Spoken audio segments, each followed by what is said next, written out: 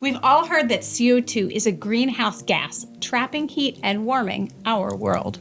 And all this is correct, but also wrong. The real impact depends on where you are. What nobody tells you about CO2 is that while it traps heat at the surface, it does the exact opposite 60 miles above your head. In Earth's upper atmosphere, it acts as a radiator, beaming Earth's heat out into the void so relentlessly that the thermosphere is cooling and shrinking. New research is pointing to a crisis that has nothing to do with melting ice caps or rising seas. The sky is shrinking, and that is creating a space crisis. Right now, there are more than 27,000 pieces of trash debris orbiting Earth. Rocket stages, dead satellites, shrapnel from old collisions, all moving at over 17,000 miles an hour. The atmosphere acts like our planet's natural incinerator. It naturally slows debris until it re-enters and burns up. But as the air thins and the sky shrinks, that incinerator is turning off. And that is threatening the very technology we rely on every day. All right, quick orientation. The atmosphere isn't just one big mass of air, right? It's stacked like a layer cake. The troposphere, the bottom layer, which is where we live, where weather happens, where planes fly. Yeah, it goes from the ground up to about 7 miles. And then the stratosphere, and then the mesosphere, and then you hit the thermosphere. Now the thermosphere starts about 50 miles up, and it is wild up there. Temperatures can hit 2,000 degrees Celsius. 2,000. During peak solar activity. And yet, if you were standing in it, you wouldn't feel warm. Because the air is so thin that even though individual molecules are incredibly energetic, moving fast, carrying heat, there are so few of them that they barely make contact with each other. Or with you. It's temperature without warmth. Kind of physics being crazy weird. Again. Now, looking up at the sky from Earth, you may be able to detect the thermosphere, or more accurately, the atmospheric phenomena occurring in the thermosphere in the form of things like auroras or the bright tail of a meteor. Now, the International Space Station also orbits right through the thermosphere, and so do lots of other things. Satellites, for example, lots of them, responsible for all sorts of critical functions here on Earth. Things like high-speed internet, Earth observation, so we know what's happening on our planet, GPS systems, and many other areas critical to your everyday life and our global infrastructure. And they don't stay there forever. They are built to fall back to Earth at the end of their lifespan and burn up along the way. And there's just enough atmospheric drag at this altitude, just like a whisper of it, to act as a brake on objects over time and pull them back down to be disintegrated. Kind of a natural cleanup mechanism. Except that mechanism is weakening, and the reason it's exactly the opposite of what you may think is happening to the climate on our planet. Now, you've probably heard that CO2 traps heat. At the surface, yes, absolutely. CO2 absorbs infrared radiation that would otherwise escape into space. That's warming this planet. But 60 miles up, Yeah, CO2 does the exact opposite. Same molecule, completely different behavior. here's why. In the lower atmosphere, CO2 absorbs infrared radiation and then re-releases it. And because there are so many molecules packed together, that energy just gets passed around between molecules before it ever escapes. It sort of gets trapped. Think of a crowd. You pass a message to the person right next to you, and they pass it to the person right next to them, but that message doesn't go anywhere fast. But in the thermosphere, the air is incredibly thin. When a CO2 molecule absorbs energy up there, there are so few neighbors that it just radiates the energy directly into space. No crowd to pass it through. It's more like screaming a message across a giant stadium. Free tacos! No. So, the same molecule is either a radiator or an electric blanket, depending on where you are. And as we pump more CO2 throughout the atmosphere, concentration also rises in the upper atmosphere. More CO2 up there means more efficient radiation, more energy vented to space. Yeah, so we're taught that CO2 is a blanket, but here it's a cooling vent. Now, if you're wondering, well then why doesn't all that escaping heat cool down the whole planet? That's the key. The upper atmosphere is so incredibly thin that CO2 can radiate energy straight out to space. But down here, where we live, the air is packed with molecules constantly bumping into one another. So there, the same energy gets passed around and trapped much longer before it can escape. Same CO2, completely different environments. Down here, it's like getting stuck in a crowded room. Up there, it's like walking straight out the door into space. And when a gas cools, it contracts. The sky shrinks. Yeah, the same gas warming the surface of the planet is simultaneously pulling the ceiling of the atmosphere downward. That is the paradox. Now, if this paradox, that the same molecule can warm our surface while shrinking our upper atmosphere, had been taught in your science class, do you think it would have changed how you viewed the climate crisis? Let us know below. We're genuinely curious how this shift in perspective changes things for you. So why does this paradox exist in the first place? Well, we may finally have the answer. Researchers at Columbia just published new work explaining why this happens at the level of individual molecules. It turns out it's not just any greenhouse gas that does this. CO2 is special. Due to its unique physics, it has what you can think of as a spectral sweet spot, a kind of Goldilocks zone of wavelengths where it's extraordinarily good at absorbing and emitting infrared radiation. As CO2 concentration increases, that sweet spot for radiation widens. And a wider sweet spot means more of the heat can escape to space from the upper atmosphere. More escape routes means more cooling. So each time you double the amount of CO2, research suggests you might get as much as 8 degrees Celsius of additional cooling across the stratosphere. More cooling higher up than lower down, which sounds like it should be a good thing, right? Cooling the planet. Bamboozled again! The upper atmosphere cooling actually amplifies the warming at the surface. The same physics responsible for cooling the upper atmosphere also makes CO2 an even stronger greenhouse gas at the surface.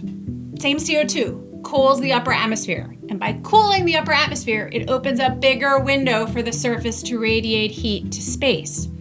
Except it also means that more energy is trapped below. So the overall net result is that the surface warming effect of CO2 could be as much as 50% stronger than it would be if the upper atmosphere just stayed neutral.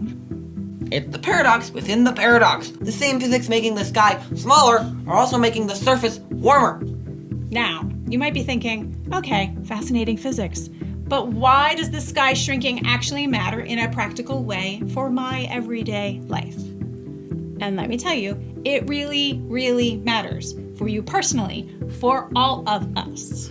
Scientists at the U.S. Naval Research Laboratory published findings tracking the thermosphere from 1967 to 2010. Their conclusion? The density of the thermosphere at 400 kilometers altitude, the orbit where the ISS lives, dropped by 29%. Almost a third less atmosphere than there was when the Apollo program was running.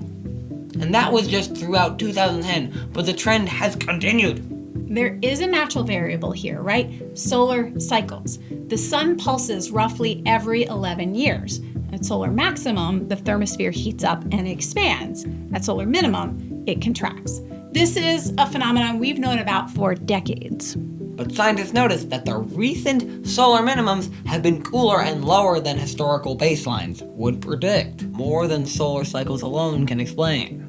The thermosphere hit its lowest, coldest, most contracted state in 43 years of monitoring during the 2008-2009 solar minimum. And researchers point at the rising CO2 as the added factor. The sun was quiet, and the CO2 was making it quieter still. To put it in physical terms, the effective ceiling of the mesosphere and the thermosphere combined, right? The point where atmosphere starts to become space, it's shrinking. It's shrunk in density by 2% to 5% per decade. The upper boundary of these atmospheric layers has contracted by over a kilometer since the early 2000s alone. That's not a rounding error. That is the sky measurably, physically getting shorter. And here's where this stops being just fascinating science facts and starts being a genuine problem for you. So remember, atmospheric drag is a natural cleanup crew for orbital debris.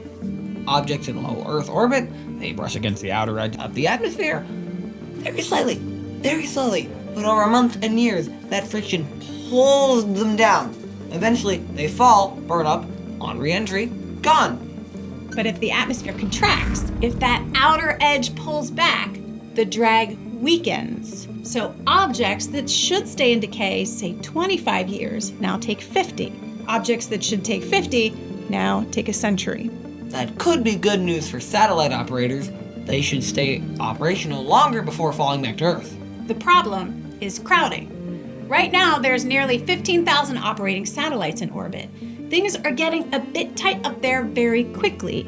But honestly, it's not the satellites alone that's the issue. There's an estimated 50,000 pieces of debris in orbit that are 10 centimeters or larger, all traveling at up to 18,000 miles per hour. Which means our planet is surrounded by tens of thousands of speeding bullets, all traveling way faster than if it would be fired on Earth. So traveling to space means you are traveling through a field of bullet-sized fragments every single time you leave Earth's orbit. That doesn't really sound like a trip I'd want to take. And meanwhile, we are launching satellites at a pace that never existed before in human history. Right now, an additional 1.23 million proposed satellite projects are in various stages of development, and companies are moving fast to launch more, especially with the rapid growth of AI technology and all the associated data needs. For example, SpaceX recently filed for an application with the U.S. Federal Communications Commission to approve a mega constellation of up to 1 million satellites to power data centers in space. And debris from old collisions and dead satellites already number in the millions if you count fragments smaller than a centimeter, objects we can't track and cannot maneuver, moving at 17,000 miles per hour. It's like a shooting range that's getting more crowded, and those bullets will be aimed at the satellites keeping your daily life and global infrastructure running. In 1978, a NASA scientist named Donald Kessler described a nightmare scenario involving these space objects, a catastrophic space cascade. One collision creates debris. That debris hits other objects. More debris, more collisions. A chain reaction that could wipe out satellite communications and render entire orbital bands unusable for generations. Now, the impacts of this for us, well, the worst case scenario is the destruction of global GPS, internet, banking networks, and weather forecasting. And it may be incredibly dangerous for us to leave or return to our planet for years. It's called Kessler syndrome, and we have data that helps us understand this risk very specifically. Researchers at MIT published a paper in Nature Sustainability last year when they actually calculated how many satellites can safely operate in a given region before the debris mass goes unstable. They call it the instantaneous Kessler capacity. And what they found when they ran it forward, projecting CO2 emissions through 2100 under a high emission scenario, a 50 to 60% reduction in the satellite carrying capacity of low Earth orbit between 200 and 1,000 kilometers altitude by the year 2100. That's more than half of the sky's capacity gone. Not from a collision, not from a war, from CO2. But we're not just talking about future problems either. In some areas, we already have enough objects to potentially trigger runaway instability any day if things go sideways. The math is already there. For example, most recent estimates suggest that if satellites stopped all collision avoidance maneuvers in low Earth orbit, it would take 2.5 days for a major collision to occur. The same estimate was 102 days just 6 years ago. And with all this happening, we're also losing our only window into what's happening in our own atmosphere. Now, while there are lots of satellites in orbit, shockingly few of them actually provide us data on what's happening up there. Atmospheric scientists are losing ground every single day. So why is this happening? Well, most of the satellites supplying data on the upper atmosphere, right, the instruments that have been tracking this cooling and contraction effect for 3 decades, they're reaching the end of their lives. So at the exact moment we need to understand what's happening up there more than ever, we might be flying blind. The atmosphere is one system, and we are changing multiple parts of it at the same time. But if we don't know how, we cannot plan for how to manage all the new satellites about to launch into space. Which brings us back to where we started, and to something much, much bigger. The atmosphere has been completely transformed before, multiple times. Understanding how it responded then tells us what might happen now. What do you have? Oh, right. I have to look down at the rocks. Cool. Oh, and there's some limpets under your leg. Look at this. The itsy-bitsy trilobite went up with all these limpets. The Earth is 4.5 billion years old. Now, this is a number that's really hard to imagine. But in that 4.5 billion years, the atmosphere has been completely transformed multiple times.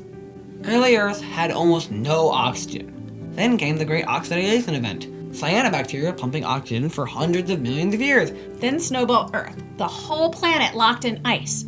That changed atmospheric composition and climate yet again. Then the asteroid 66 million years ago, dust blotting out the sun, nuclear winter for ages. It goes on, right? Every time the atmosphere responded, shifted, eventually restabilized. The planet is reactive. It is always responding to what is happening on its surface and in its layers. And that's what we're seeing now. So the thermosphere cooling and contracting, that is Earth reacting. Not passively, not helplessly. The planet is just doing what planets do, redistributing energy, changing its configuration, reaching toward a new equilibrium. We just haven't seen this particular reaction before because we have never changed the atmosphere this fast in this particular way. Which is why it matters so much that we measure it, that we keep building the models, that we keep sending instruments to the edge of space and asking, what's happening up there? Because here is the most important thing about this story. We only know this paradox exists because scientists noticed. They noticed the satellites decaying more slowly than predicted. They noticed the density readings were off. They built models, they argued, they published, they noticed, which means we have time. Not unlimited time, but time to adapt, plan, design orbital systems differently, launch cleanup missions, revise how we think about our own atmosphere. The sky is shrinking, but this isn't Chicken Little. It's a reason to plan, not panic. The sky is getting shorter. That is a strange and startlingly weird thing to say. But Earth has had a shorter sky before, and it's had a hotter surface and a colder ceiling before. It's reconfigured itself over and over across geological time. The question isn't whether the planet can handle the change. It's whether we can be smart enough to understand and handle the changes we've set in motion. Or do we just stick our head in the sand? And maybe, just maybe, the fact that we can look up, measure it, understand the paradox, and actually have this conversation, that might be the most remarkable thing about being alive right now. Yeah, it's pretty cool. And certainly not the only time we've looked to space to learn more about what's happening right here on our planet.